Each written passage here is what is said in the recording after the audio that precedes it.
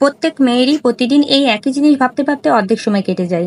আমি চেষ্টা করি রাতেই ভেবেচিন্তে সব গুছিয়ে রাখতে, কিন্তু মাঝে মাঝে বেশি ব্যস্ততার কারণে আর হয়ে ওঠে না। নমস্কার, কেমন আছেন সবাই? আজকে হলো বুধবার আর এখন বাজে সকাল 8:30। গতকাল রাতে রান্নার কোনো কিছু গুছিয়েও রাখিনি, আবার ভেবেও রাখিনি। 8:30 অলরেডি বেজে গিয়েছে, তাই ভাবলাম খিচুড়ি আর বেগুন ভাজি তৈরি করি। এটা তাড়াতাড়ি হয়ে যায়। খিচুড়ি রাইস কুকারে বসিয়ে দিয়ে বেগুনগুলো ভেজে নিচ্ছি। বেগুনগুলো কেটে ধুয়ে লবণ, হলুদ আর চিনি দিয়ে কিছু সময় মাখিয়ে রেখেছিলাম। এতে বেগুনে তেলের পরিমাণ খুব কমই টানে। ভাজা হয়ে গিয়েছে, তুলে নিয়ে এবার সকালের খাবার খেয়ে নেব। খিচুড়ি আর বেগুন ভাজা গরম গরম না খেলে একদমই ভালো লাগে না। সকালের খাবার পর্বটা কমপ্লিট করে নিয়েছি, এবার দুপুরের রান্নাটা সেরে নেব। প্রথমে করলাগুলো ভেজে নিলাম, তারপর লাল শাক ভাজির জন্য তেলে কালো জিরা ফোড়ন দিয়ে শাকগুলো দিয়ে দিচ্ছি। তারপর লবণ আর হলুদ, কাঁচামরিচ দিয়ে শাকগুলো ভেজে নেব। আজকে আর পেঁয়াজ দিইনি, শুধু নামানোর আগে সামান্য চিনি দিয়ে সব কিছু মিশিয়ে নিয়ে নামিয়ে নেব। এইভাবে ভাজলেও খেতে ভালোই লাগে। এখন মাছ রান্না করব। মাছ রান্নার জন্য তেল গরম করে ফোড়ন দিয়ে দিলাম। ফোড়ন দিলাম জিরা আর তেজপাতা। ফোড়নগুলো কিছু সময় ভেজে নিচ্ছি। ফোড়ন থেকে সুন্দর একটা স্মেল বের হলেই দিয়ে দিচ্ছি মশলা।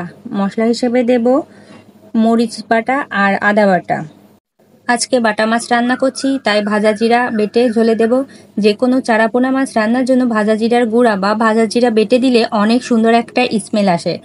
মশলা কষানো হলে পরিমাণ মতো গরম জল দিয়ে দিলাম। তারপর ঝোল ফুটে উঠলে দিয়ে দিয়েছি জিরা বাটা, আর জিরা বাটাটা ঝোলের সঙ্গে মিশিয়ে নিয়ে দিয়ে দিয়েছি মাছ।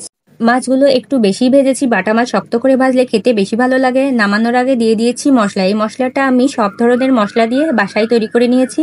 মাছের ঝোল নামিয়ে নিলাম। এই যে দুপুরের রান্না কমপ্লিট। প্রতিদিনের এই একটা বড় চিন্তা, কি রান্না করব। একবার সকালে কি রান্না করব ভাবতে হয়, আবার দুপুরের জন্য ভাবতে ভাবতে অর্ধেক সময় চলে যায়। রান্না কমপ্লিট করে মেয়েকে স্নান করিয়ে দিলাম, চুল আঁচড়ে দিয়ে এখন দুপুরের খাবার খাইয়ে দেব। তার আজকের বায়না, সে ডাইনিংয়ে বসে খাবে না, বেডে বসে খাবার খাবে। মুদ্রা কথা হলো যেখানেই বসেই খাক, একটু তাড়াতাড়ি খেলেই আমি খুশি, কারণ ওকে খাওয়াতে গেলেই আমার ঘুম চলে আসে। অনেকটা সময় নিয়ে খাবার খাই। খাওয়ানো কমপ্লিট করে ওকে ঘুম পাড়িয়ে দেব, তারপর আমি যাব স্নান করতে। খেতে বসলেই আমার মেয়েটা খুব ভাবনায় পড়ে যায়। সন্ধ্যার পরে চা বসালাম।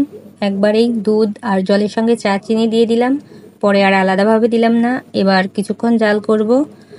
কিছুক্ষণ জাল করে চায়ের পরিমাণটা কমে আসলেই এখন নামিয়ে নিচ্ছি। সন্ধ্যার সময় 1 কাপ চা হলে কিন্তু বেশ ভালোই লাগে। এদিকে মেয়েকে পড়তে বসালাম। প্রত্যেক দিনের সব গুরুত্বপূর্ণ কাজগুলোর মধ্যে একটা হলো মেয়েকে পড়তে বসানো। কম বেশি যাই পড়ুক, অভ্যাসটা রাখার চেষ্টা করি। ভিডিওটি যদি ভালো লাগে অবশ্যই লাইক, কমেন্ট, শেয়ার করবেন। আর আজকের ভিডিওটি এখানেই শেষ করছি। সবাই ভালো থাকবেন, সুস্থ থাকবেন। সবাইকে টাটা। আর শেষের হাসিটা কিন্তু অবশ্যই মিস করবেন না।